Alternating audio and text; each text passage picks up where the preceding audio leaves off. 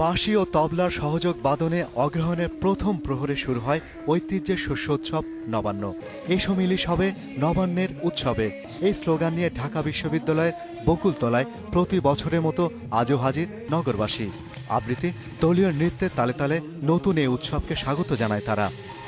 আগে আমাদের বাড়িতে নবান্ন উৎসব করা হতো, তো এখন যেহেতু বাড়িতে নেই, তো সেই অনুষ্ঠানটা তো করতে পারছি না। পরবর্তী প্রজন্ম তাদেরকে সাথে তো গ্রামের সম্পর্কটা অনেকটাই কমে এসেছে, আমরা শহর কেন্দ্রিক হয়ে গিয়েছি।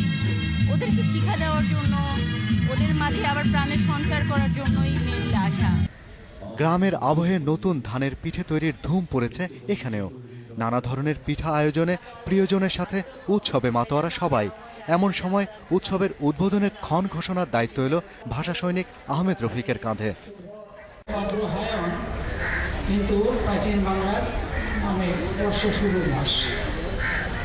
আমরা কেন যে এখনো এই আকবর সম্রাট আকবরের এই প্রবর্তিত মাসটি ধরে রেখেছি, এই উদ্যোক্তাদের আমি অনুরোধ জানাবো যে আমাদের এই অগ্রহায়ণ ফিরিয়ে দাও। আবহমান কাল থেকে নবান্ন পালন করে আসছে বাঙালি, তাই উৎসবটিকে জাতীয়ভাবে উদযাপনের দাবি জানান আয়োজকরা। একদা এই অগ্রহায়ণ তারিখে কিন্তু বর্ষ শুরুর মাস ছিল। সে কথা ভেবে আমাদের দীর্ঘ সাংস্কৃতিক ঐতিহ্যের প্রতি শ্রদ্ধা জানিয়ে এই জাতীয় এই প্রথম অগ্রহায়ণের প্রথম দিনটিকে জাতীয় নবান্ন উৎসব দিবস ঘোষণা করার জন্য এবং এদিনটিকে সরকারি ছুটি ঘোষণা করার জন্য আমরা সরকারের কাছে জোরালোভাবেই প্রত্যেক বছরই দাবি জানিয়ে আসছি।